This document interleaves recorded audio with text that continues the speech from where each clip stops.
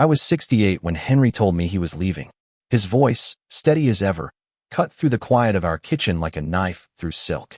52 years of marriage, and he sat there, hands folded on the table, announcing his decision as if it were just another Tuesday. He wanted a divorce. He was in love with Clara, my best friend since we were girls stealing apples from Mr. Thompson's orchard. I sat across from him, my coffee cooling in its chipped mug, and said nothing. Not because I was shocked though I was, but because I knew something he didn't. I'd known for years, and the weight of that truth had carved itself into my bones. The kitchen smelled of burnt toast and the lavender cleaner I used to scrub the counters. It was the same kitchen where we'd raised 3 children, where I'd bandaged knees and baked birthday cakes, where Henry and I had danced to Sinatra on late nights when the world felt kinder. Now, it was a battlefield, and I was unarmed. Or so he thought. Clara had been there through it all, our confidant, our third musketeer. She'd held my hand when my mother died, laughed with me over wine when the kids left for college, and stood beside me at every milestone. But she'd also been slipping into my husband's heart, and I'd seen the signs long before he admitted it. I remember the first time I suspected. It was a glance, nothing more, at a barbecue 10 years ago. Clara's hand lingered on Henry's arm, her laugh too bright, his eyes too soft. I brushed it off. Love makes you blind, but loyalty makes you stupid. I told myself it was nothing, that Clara would never betray me, that Henry was mine in a way that time couldn't unravel. But doubt is a seed, and it grows in the dark. By the time he told me, I wasn't surprised. I was ready. He expected tears, maybe a fight. Instead, I nodded, sipped my coffee, and said, "If that's what you want." His eyes narrowed, searching for the crack in my calm. He didn't find it. I'd spent years building that wall, brick by brick, with every late-night phone call between them, every innocent lunch, every time Clara's name came up too often. I wasn't calm because I didn't care. I was calm because I had a plan. Revenge isn't always loud. Sometimes it's a quiet thing, patient, like a river carving a canyon. That night, I lay in our bed his side, already empty, and thought about justice.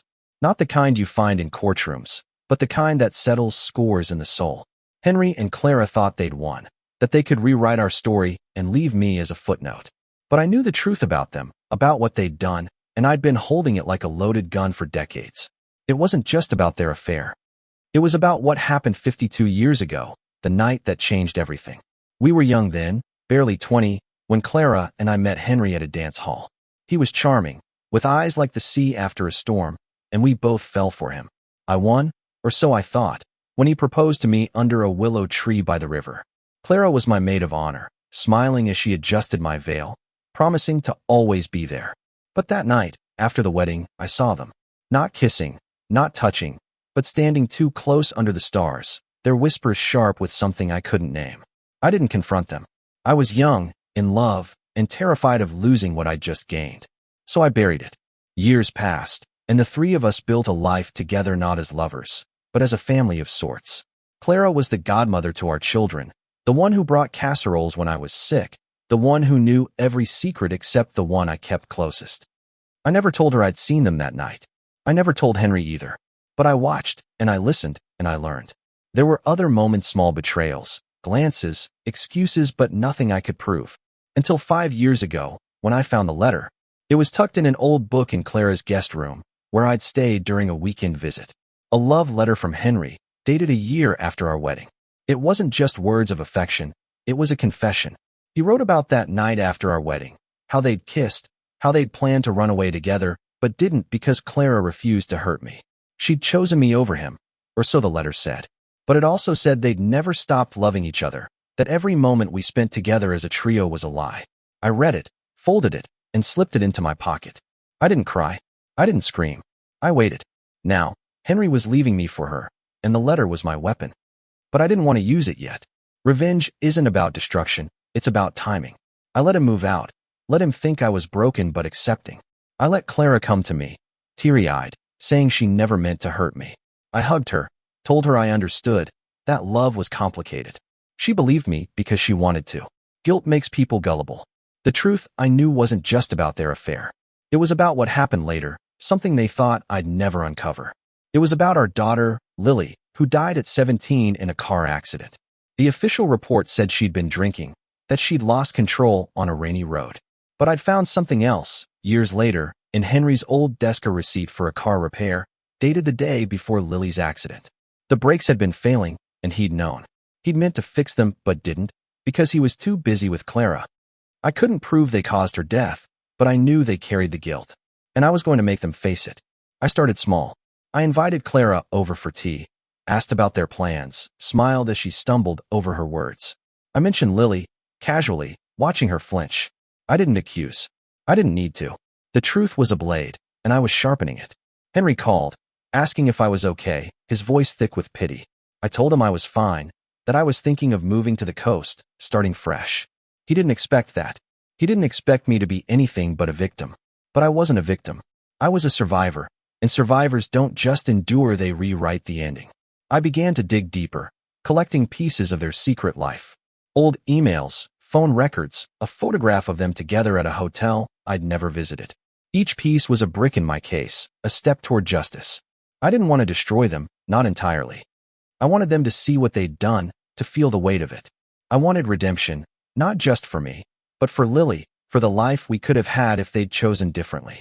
By the time I was ready, 6 months had passed. Henry and Clara were engaged, planning a quiet wedding. I was invited, of course out of pity, or maybe guilt. I said I'd come. I wanted to see their faces when I revealed what I knew.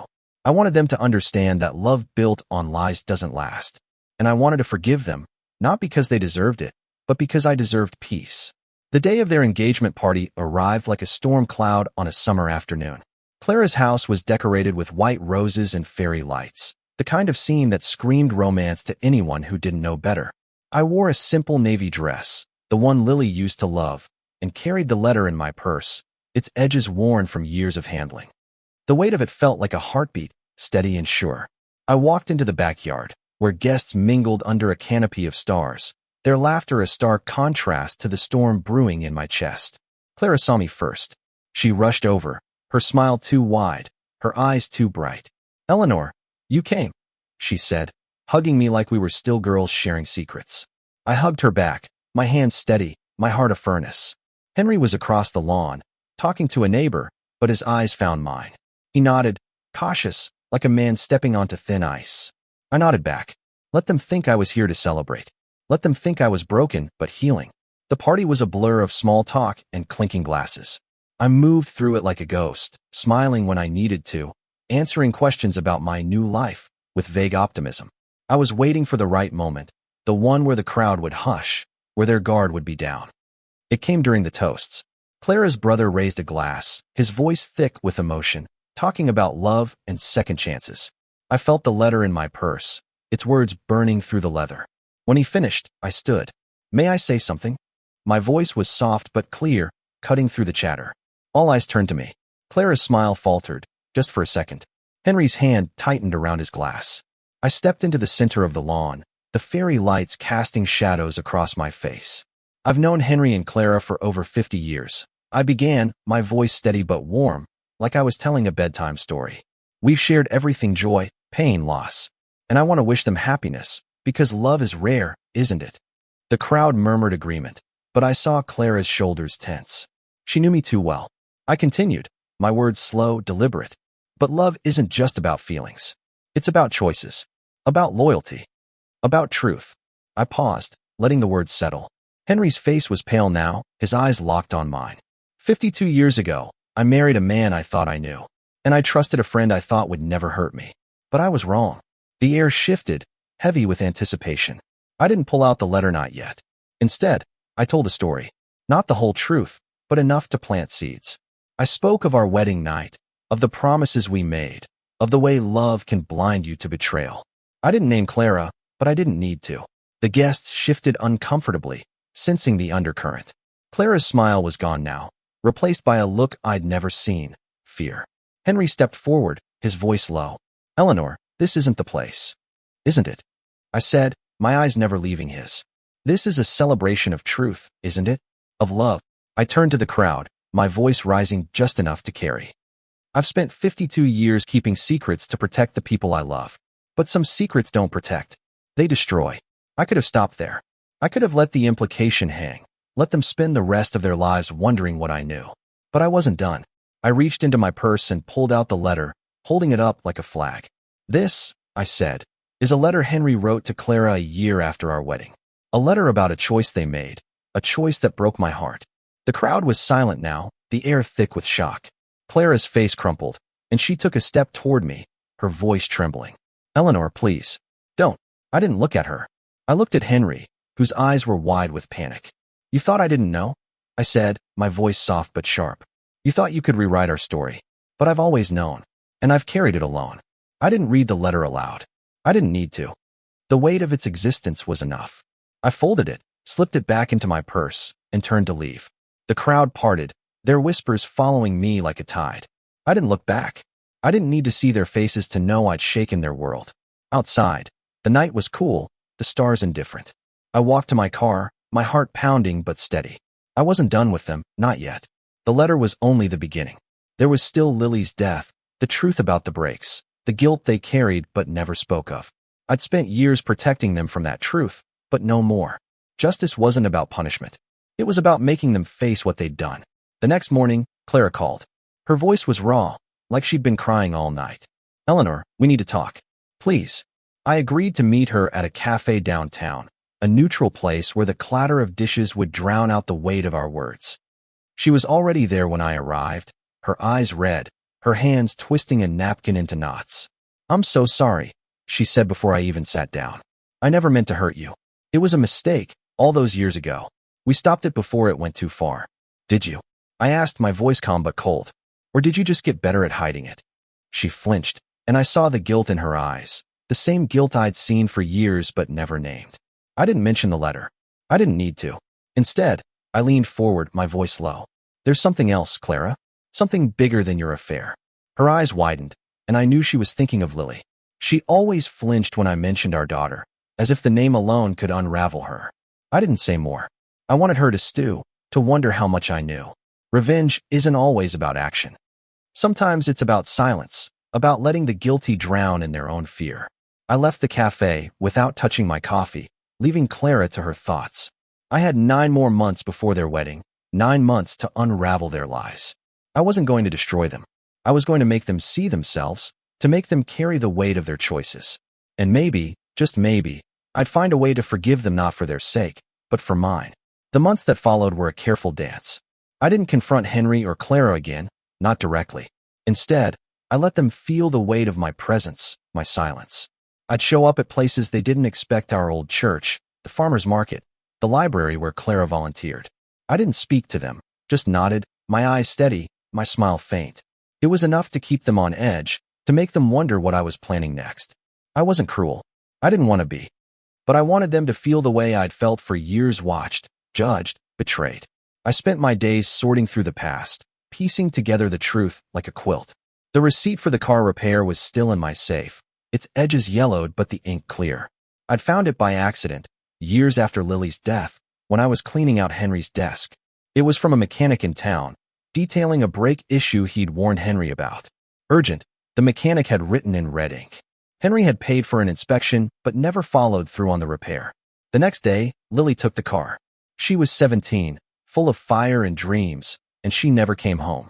I didn't know if the brakes caused the crash. The police report blamed her blood alcohol level, said she'd been reckless.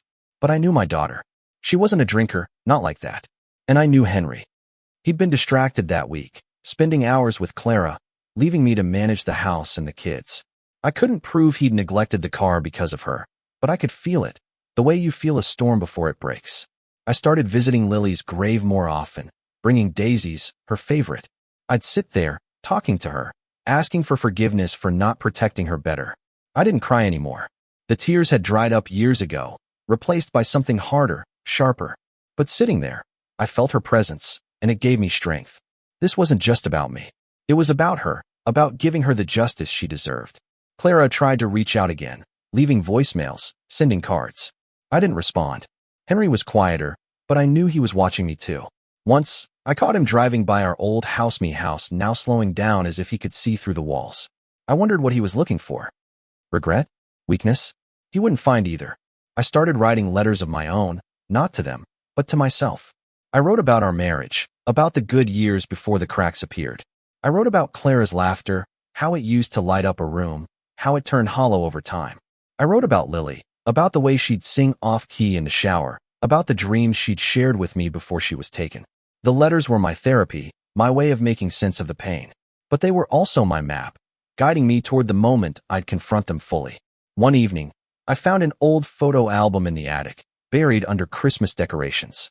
It was from the early years, when Henry and I were newlyweds, when Clara was still just my friend. There was a picture of the three of us at the beach, laughing, our arms around each other. I stared at it, trying to remember the girl I'd been, the one who believed in forever. She was gone, replaced by someone stronger, someone who knew that love could be a weapon as much as a gift. I decided to invite them to dinner. Not at the house that was too personal, but at a restaurant, neutral ground. I chose a quiet place with linen tablecloths and candles, the kind of place where secrets feel safe, but aren't. They arrived together, Henry in a suit, Clara in a dress that was too young for her. They looked nervous, like children caught stealing. I smiled, ordered wine, and made small talk about the weather, the menu, anything but the truth. Halfway through the meal, I set the photo album on the table. I found this, I said, flipping it open to the beach photo. We were so young, weren't we?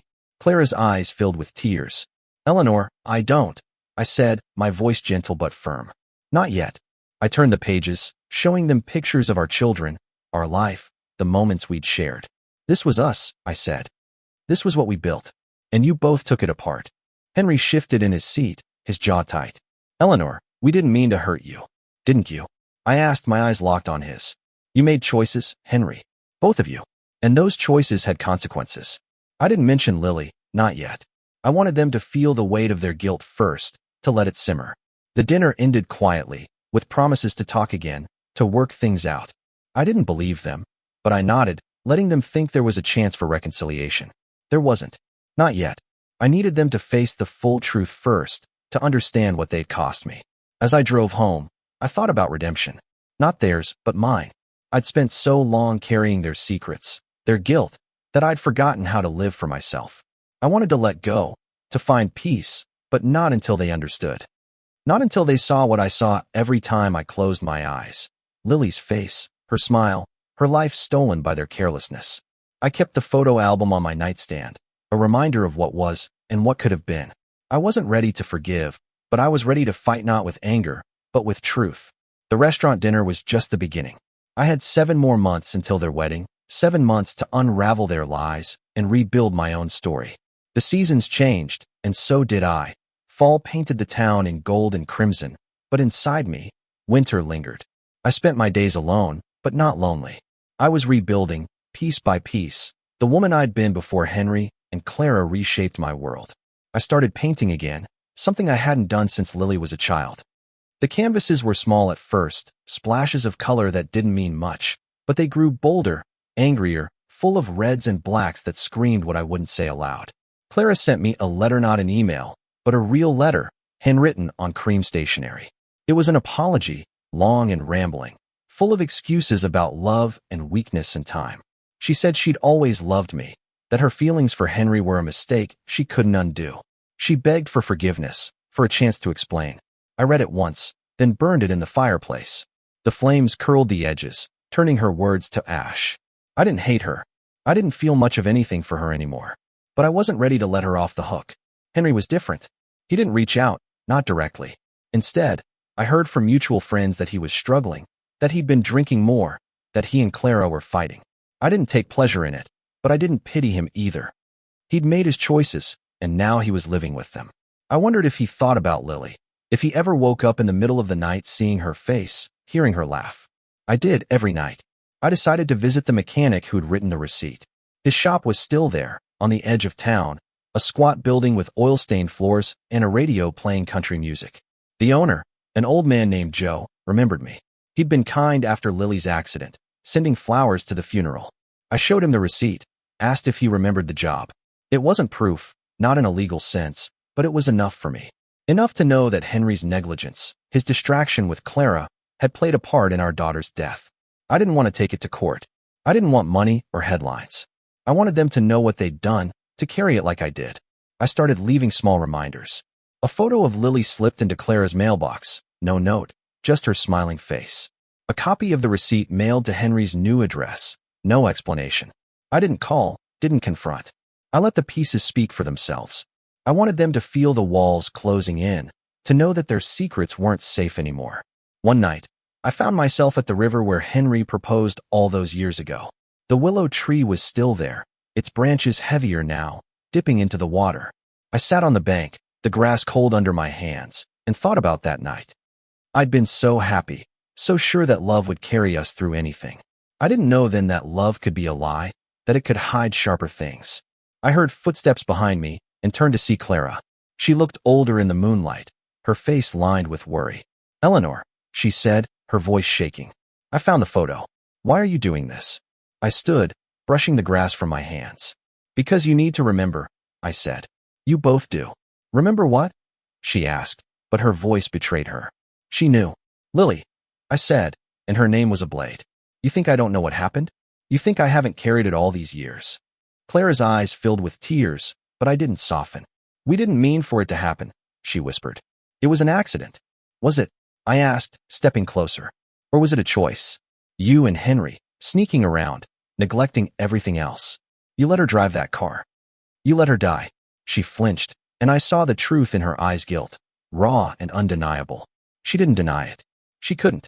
"I'm sorry," she said, her voice breaking. "I'm so sorry." I didn't respond. I turned and walked away, leaving her by the river. I didn't want her apologies. I wanted her to feel the weight of what she'd done, to live with it the way I had. The next day, I started planning the final piece of my revenge.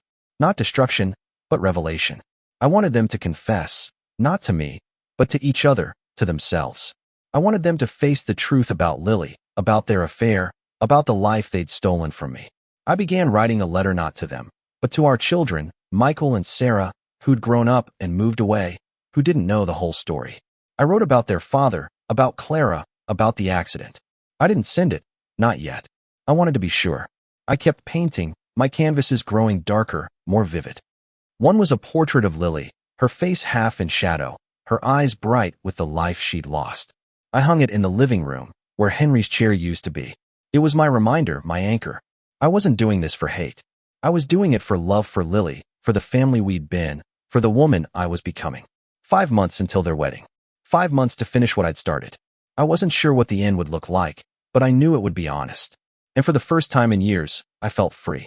Winter came early, the air sharp with frost, the trees bare against a gray sky.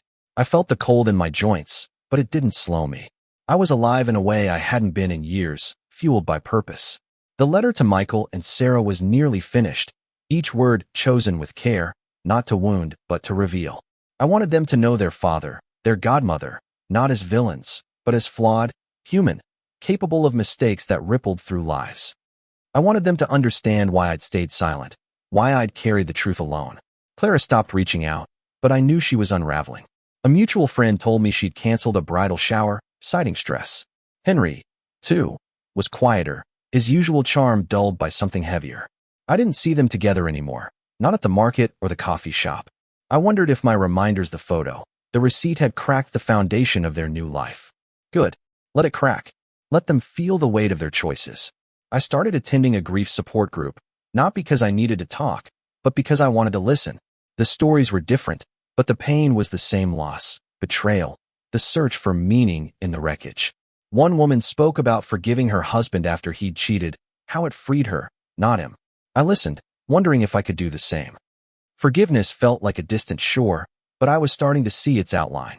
One afternoon, I found a box of Lily's things in the attic: old sketchbooks, a locket, a scarf she'd worn constantly. I sat on the floor, surrounded by her life, and felt the anger soften, just a little. I didn't want to hate Henry and Clara forever. I wanted to let go, but not until they faced what they'd done. I took the locket, a small silver heart, and wore it. It was my connection to her, my reminder of why I was doing this. I decided to confront Henry directly, not with anger, but with questions. I called him, asked him to meet me at the house. He hesitated, then agreed. When he arrived, he looked older, his shoulders stooped, his eyes tired. We sat in the living room, the portrait of Lily watching us from the wall. "Why did you do it?" I asked, my voice calm but unyielding. "Why Clara? Why now?" He didn't answer at first, just stared at the floor. Then, slowly he spoke. "I loved her," he said. "I always did. But I loved you too. I thought I could keep it buried, but it ate at me. When you found out, I thought it was my chance to be honest. Honest, I said, my voice sharp now. You call leaving me after 52 years honest? What about Lily? What about the car? His face went white, and I knew I'd struck something deep. What do you mean? He asked, but his voice trembled. I pulled out the receipt, slid it across the table. You knew the brakes were bad. You didn't fix them. She died because of you. He stared at the paper, his hands shaking. I didn't think. You didn't think, I said, my voice steady. You were too busy with Clara. You let our daughter die. He didn't deny it. He didn't try to explain. He just sat there, his head in his hands, and for the first time, I saw him break. Not with tears, but with silence, the kind that carries a lifetime of guilt. I didn't comfort him. I didn't hate him either. I just watched, letting him feel the weight of it. After he left, I felt lighter, like I'd shed a layer of the pain I'd carried. But I wasn't done. Clara was next. I invited her to the house, knowing she'd come.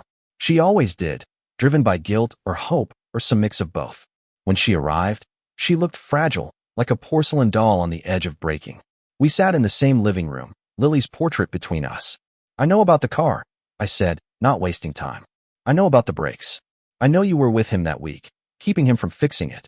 Her eyes widened, and she shook her head. No, Eleanor, it wasn't like that. I didn't know you knew enough, I said, cutting her off. You knew he was married. You knew he was neglecting his family. You chose to look the other way. She started to cry, but I didn't stop. You both made choices that cost me my daughter. And you thought you could just move on, start over, like it never happened. She didn't speak, just sobbed, her hands covering her face. I didn't feel triumph. I felt tired, but resolute. I'm not doing this to hurt you, I said. I'm doing this so you understand. So you stop hiding from it. She left without a word, and I knew something had shifted. Not forgiveness, not yet, but a step toward it. I wanted them to carry their guilt, not to destroy them, but to make them whole again, to make them see what they'd done. I finished the letter to Michael and Sarah that night. It was long, detailed, honest. I told them about their father, about Clara, about the accident. I told them I didn't hate them, that I was trying to find a way to forgive. I sealed it, but didn't send it. Not yet. I needed to be sure they were ready to hear it, that it wouldn't break them too. 3 months until the wedding. 3 months to decide how this would end. I kept painting, kept visiting Lily's grave, kept wearing her locket. I was finding myself again, not the wife, not the mother, but the woman who'd survived. And I was ready for whatever came next. The new year brought snow, blanketing the town in silence. I walked to Lily's grave, the locket cold against my chest, and stood there as the flakes settled on my coat. I didn't speak to her this time. I just listened, letting the quiet fill me. I was close to the end of this journey, but I wasn't sure what that end would look like.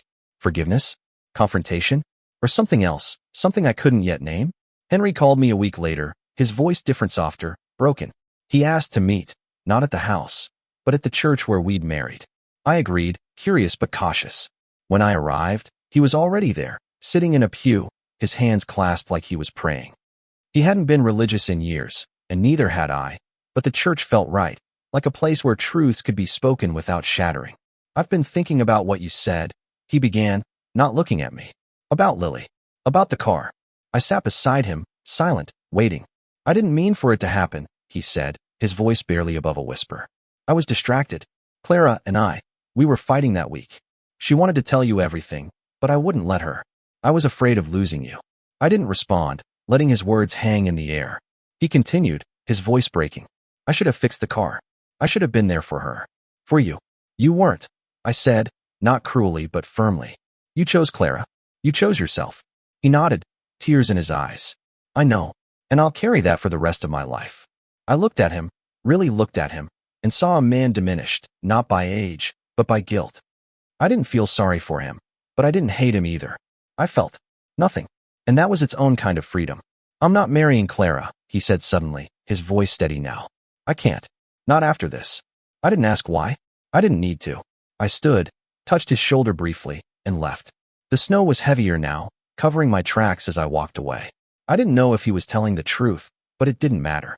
His confession was enough for now. It was a crack in the wall, a step toward the truth. Clara was next. She showed up at my house unannounced, her face pale, her eyes hollow. He told me, she said, standing in my doorway. He told me it's over. I let her in, not because I wanted to, but because I needed to hear her out. We sat in the kitchen, the same place where Henry had ended our marriage. The irony wasn't lost on me. I didn't know about the car, she said, her voice trembling. Not until you showed him the receipt. But I knew he was distracted. I knew I was part of it. You were, I said, my voice calm but unyielding. You both were. She nodded, tears streaming down her face. I loved him, Eleanor. But I loved you too. I never wanted to hurt you. You did, I said simply. You both did. She didn't argue. She just sat there, her hands twisting in her lap, her guilt a tangible thing between us. I didn't comfort her. I didn't accuse her either. I just let her sit with it, the way I'd sat with it for years. After she left, I felt a shift inside me. Not forgiveness, not yet, but something close. I was tired of carrying their secrets, their guilt. I wanted to let it go, to find a way to live without the weight of it. I took out the letter to Michael and Sarah, read it again. It was honest, raw, but not cruel. I decided to send it. Not to hurt them, but to free them, to free us all. I mailed it the next day, my hands steady as I dropped it in the mailbox. I didn't know how they'd react, but I knew it was the right thing. They deserved to know their father, their godmother, their sister. They deserved to know me. The wedding was 2 months away, or it would have been. I heard through friends that it was canceled, that Clara had moved out of town, that Henry was living alone in a small apartment. I didn't reach out. I didn't need to. The truth was out, and it was doing its work. I kept painting, my canvas is brighter now, full of blues and golds. I painted Lily as I remembered her laughing, alive, her eyes full of dreams. I hung the paintings around the house, turning it into a gallery of her life, not her death. I was finding my way back to her, to myself. I started volunteering at the community center, teaching art to kids who reminded me of Lily. Their laughter filled the holes in my heart, and I felt myself healing, slowly, like a wound closing over time. I wasn't whole yet, but I was getting there.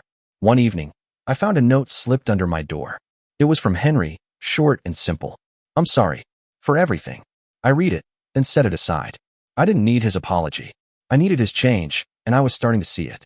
1 month until the day their wedding would have been. 1 month until I decided what came next.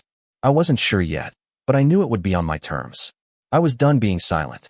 I was done being the victim. I was Eleanor, and I was enough. Spring arrived, tentative at first, then bold, with flowers bursting through the earth like promises kept. I felt the change in me too, a softening, a readiness to move forward. The letter to Michael and Sarah had reached them, and they'd called, their voices heavy with shock, but also love. They didn't blame me for keeping the truth hidden so long. They understood it was my way of protecting them.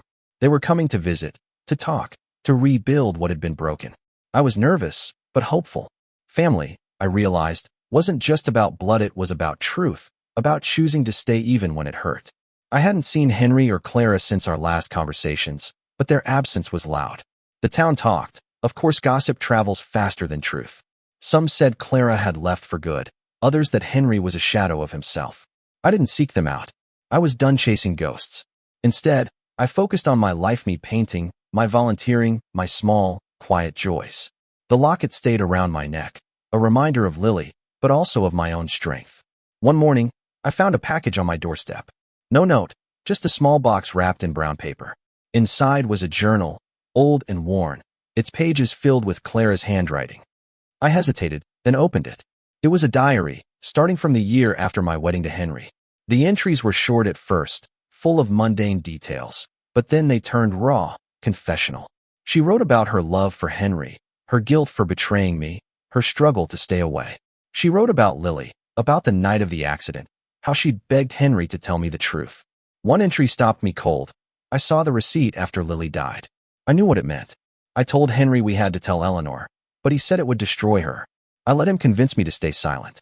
I've hated myself every day since. I closed the journal, my hands trembling. Clara had known, not just about the affair, but about the car, the brakes, the truth. And she'd chosen silence, just like Henry. I didn't feel anger, not anymore. I felt pity. They'd trapped themselves in their own lies, and now they were paying for it. I didn't burn the journal. I kept it, locked in the safe with the receipt and the letter. It was another piece of the truth, another brick in the wall I'd built. But I was starting to see that wall differently, not as a barrier, but as a foundation. I could build something new on it, something stronger. Michael and Sarah arrived a week later. We sat in the living room, Lily's paintings around us, and talked for hours. They were angry, not at me, but at their father, at Clara. They wanted to confront them, to demand answers. I told them to wait, to let the truth settle. It's not about punishing them, I said. It's about understanding. They nodded, but I saw the fire in their eyes, the same fire Lily had. They were her siblings, after all. We cried together, laughed a little, remembered her. It was the first time in years I felt like a mother again, not just a widow, not just a betrayed wife. After they left, I decided to visit the river again. It was becoming my place, my sanctuary. The willow tree was in full bloom now, its branches swaying in the breeze. I sat on the bank, the journal in my lap, and read more of Clara's words. The last entry was recent, dated a month ago. I'm leaving town. I can't face Eleanor anymore. I can't face myself. I hope she finds peace. I never will. I closed the journal and looked at the water. I didn't hate Clara. I didn't love her either. I just wanted her to live with her truth, the way I was learning to live with mine. I heard from a friend that Henry was volunteering at a shelter, helping kids with nowhere else to go. It surprised me, but it also made sense. He was trying to atone, in his own way. I didn't know if it was enough, but it was something. I didn't reach out. I didn't need to. He was finding his own path, just as I was. The day that would have been their wedding came and went. I spent it at Lily's grave, not with daisies this time, but with a small painting I'd done of the river.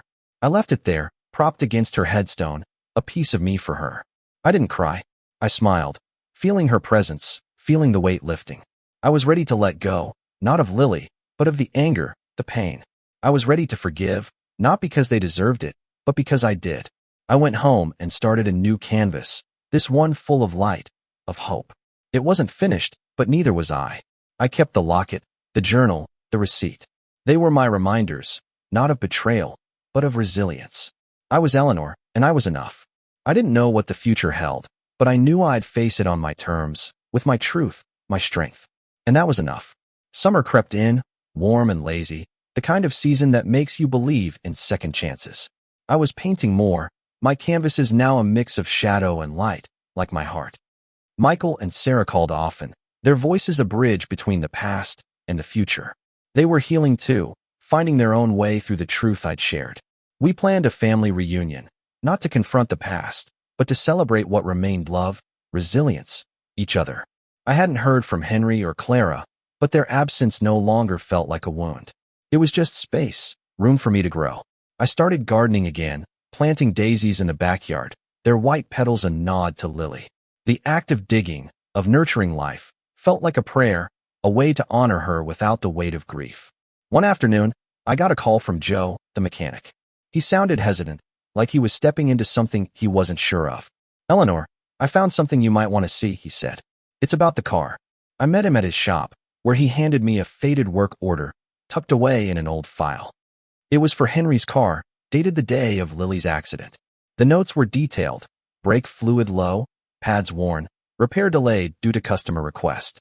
Henry told me he'd bring it back after the weekend, Joe said, his voice heavy. I didn't know Lily would drive it. I took the work order, my hands steady but my heart racing. It was more than the receipt, it was proof, or as close as I'd get. Not enough for a courtroom, but enough for me. Enough to know I hadn't imagined the truth. "Thank you," I said, and Joe nodded, his eyes kind. I didn't confront Henry with it. I didn't need to. The work order went into the safe with the rest, another piece of the puzzle I'd carried for so long. But it changed something in me. It wasn't just about guilt, Anna Maria, it was about accountability. I wanted Henry and Clara to own their choices, not just to me, but to themselves. I wrote another letter, this one to Henry. Not to send, but to clarify my own thoughts. I wrote about Lily, about the car, about the years I'd spent protecting him from the truth. I wrote about forgiveness, how it wasn't a gift I gave him, but a choice I made for myself. I didn't hate him anymore. I didn't love him either. I just wanted to be free. The reunion with Michael and Sarah was set for August, at the house. I spent weeks preparing, not just the food or the guest rooms, but myself. I wanted to be the mother they deserved, not the shadow of one. I hung more of Lily's paintings, turned the living room into a shrine to her life, not her death. It felt right, like I was giving her back to us. The day before they arrived, I found another note under my door. This one was from Clara, short and shaky. "I'm sorry, Eleanor. I'm trying to make it right." I didn't know what she meant, but I didn't call her. I was done chasing her apologies. If she wanted to make it right, she'd have to do it on her own. Michael and Sarah arrived with their families, filling the house with noise and laughter. It was the first time in years I felt whole, surrounded by love that didn't come with conditions. We talked about Lily, about the good times, about the future. They didn't ask about Henry or Clara, and I didn't bring them up. This was our time, our healing. That night, after everyone went to bed, I sat in the living room, Lily's locket in my hand. I thought about Clara's note, about Henry's confession, about the work order. I thought about justice, not the kind that punishes, but the kind that heals. I was close to it, closer than I'd ever been. I decided to visit Henry one last time, not to confront, but to close the chapter. I found him at the shelter, serving dinner to a group of teenagers. He looked different, humbler, quieter. He saw me and froze, then walked over, his hands in his pockets. "I didn't expect to see you," he said, his voice low. "I didn't expect to come," I said. "But I needed to." We stood there, the noise of the shelter fading into the background. "I read your letter to the kids," he said. "They told me. I don't know how to make it right." "You can't," I said, not harshly but honestly. "But you can try. For them. For Lily." He nodded, his eyes wet. "I'm trying." I believed him, not because I trusted him, but because I saw it in his face. He was carrying his guilt now, not hiding from it. That was enough. I left the shelter, the air warm against my skin. I felt lighter, like I'd set something down. Not the pain, not the love, but the need to make them pay. I was ready to let go, to live for myself, for my children, for Lily. The daisies were blooming when I got home, their petals bright against the green. I smiled, knowing I was almost there, almost free. The reunion was a turning point. Michael and Sarah stayed for a week, their laughter filling the house, their presence a reminder that family could endure even the deepest wounds. We didn't talk about Henry or Clara much, but their shadows lingered, not as threats, but as part of our story. I showed them Lily's paintings, shared stories they hadn't heard, and for the first time, I felt like I was giving them their sister back, not just her memory. After they left, I found myself at the river again, the willow tree now a constant in my life. I brought Clara's journal, not to read, but to hold, to feel its weight. I wasn't sure what to do with it, burn it, keep it, give it back. It was her truth, but it was mine too, a piece of the puzzle I'd spent years assembling. I sat by the water, the journal in my lap, and let the sound of the river guide my thoughts. I was ready to forgive, I realized. Not because Henry and Clara had earned it, but because I needed it. Holding on to the pain was like carrying a stone. It didn't hurt them, only me. I didn't want to be defined by their betrayal anymore. I wanted to be Eleanor, the woman who painted, who loved her children, who survived. I wrote one final letter, this one to both of them. I didn't mince words. I told them about the work order, about Clara's journal, about the truth I'd carried. I told them I didn't hate them, that I was letting go, not for their sake, but for mine. I told them to live with their choices, to find their own redemption. I didn't need their apologies anymore. I needed my own peace. I mailed the letter to Henry, with a note asking him to share it with Clara. I didn't expect a response, and I didn't get one. But I felt the weight lift, like a storm passing. I was done with revenge, done with silence. I was ready to live. I started teaching more classes at the community center, focusing on kids who'd lost someone, who carried their own stones.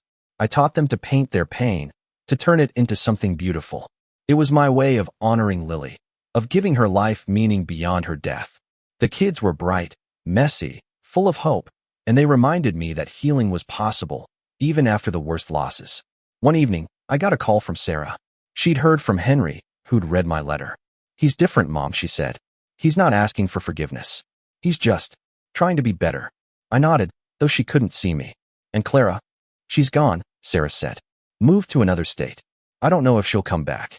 I didn't feel triumph or sadness, just acceptance. They were finding their own paths, just as I was. I hung up, feeling lighter than I had in years. The locket was still around my neck, but it wasn't a weight, Anna Maria. It was a reminder of love, not loss. I painted a new canvas that night, a sunrise over the river, all pinks and golds, with the willow tree in the foreground. It was my story now, not theirs. I hung it in the living room, next to Lily's portrait, a symbol of the new chapter one was writing. The town was quieter now, the gossip fading. I was no longer the woman whose husband left her for her best friend. I was Eleanor, the artist, the mother, the survivor. I was enough. I visited Lily's grave one last time before the end of summer. I didn't bring flowers or paintings this time. I just sat, feeling the sun on my face, the locket warm against my skin. "I did it, sweetheart," I whispered. I found my way. I didn't know if she heard me, but I felt her, in the breeze, in the light. I was at peace, not because the pain was gone, but because I'd learned to carry it differently. I went home, opened a new canvas, and started painting. Not for revenge, not for justice, but for joy. For Lily. For me. Fall returned, and with it, a sense of completion. The daisies in my garden were fading, but new ones would bloom next year. I was learning to see life that way, cycles of loss and growth, pain and healing. I wasn't the same woman I'd been a year ago, when Henry sat me down in our kitchen and tore our world apart. I was stronger, not because I'd won, but because I'd chosen myself. The community center became my second home. The kids called me Miss Eleanor, their laughter a balm for the scars I still carried. I taught them to paint their stories, to find beauty in their broken places. One girl, a quiet 12-year-old named Mia, painted a tree that looked like my willow, its branches heavy with light. "It's for my mom," she said. "She's gone, but I feel her here." I hugged her, feeling Lily in her words, in her courage. Michael and Sarah visited again, this time with plans to stay for Christmas. We talked about moving forward, about creating new traditions. They asked if I'd heard from Henry, and I told them about the letter, about his work at the shelter. They were cautious, but open to seeing him, to rebuilding something, however small. I was proud of them, of their willingness to try. I hadn't heard from Clara since her note, but I didn't need to. Her journal was enough, a window into her guilt, her struggle. I kept it in the safe, not as a weapon, but as a reminder that we all carry our own burdens. I hoped she was finding her way, wherever she was. One morning, I found an envelope in my mailbox, no return address. Inside was a single page, written in Henry's careful handwriting. "Eleanor," it began, "I've spent my life running from the truth, but I'm done. I'm trying to be the man you deserved, the father Lily deserved. Thank you for showing me who I was, so I can try to be someone better." I read it twice, then set it aside. It wasn't an apology, not exactly, but it was enough. He was trying, and that was more than I'd expected. I didn't write back. I didn't need to. My silence had been my voice for so long, but now it was my choice, not my burden. I painted more. My canvas is now a celebration of life, rivers, trees, skies that stretched forever. I sold a few at a local gallery, not for the money, but for the joy of sharing them. People saw my work and saw me, not the betrayed wife, but the woman who'd found her way through the dark. Christmas came, and the house was full again. Michael and Sarah brought their families, and we laughed, cooked, sang off-key like Lily used to. We set a place for her at the table, not out of sadness, but out of love. She was with us, always. On New Year's Eve, I stood in my backyard, the daisies dormant under the snow. I held the locket, feeling its warmth, and looked at the stars. I thought about Henry, about Clara, about the years we'd spent tangled in love and betrayal. I thought about Lily, about the life she'd lived and the one she'd lost. And I thought about myself, about the woman I'd become. I was ready to let go, fully, completely. Not of Lily, never of her, but of the pain that had defined me for so long. I was ready to live, not for revenge, not for justice, but for joy. I went inside, started a new canvas, and painted a single daisy, bright against a dark sky. It was for Lily, for me, for the future. I was Eleanor, and I was enough. The truth had set me free, not because it destroyed them, but because it rebuilt me. And that was the greatest revenge of all.